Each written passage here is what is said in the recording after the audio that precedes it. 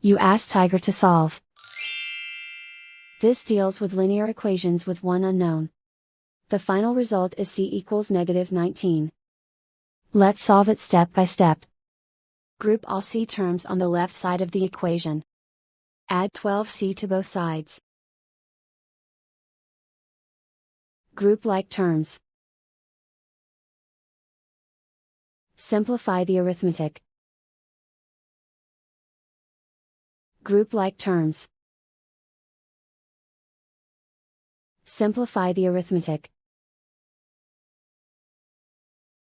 Group all constants on the right side of the equation.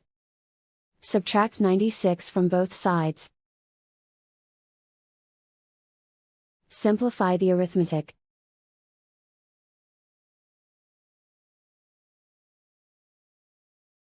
Isolate the c. Divide both sides by 4. Simplify the fraction.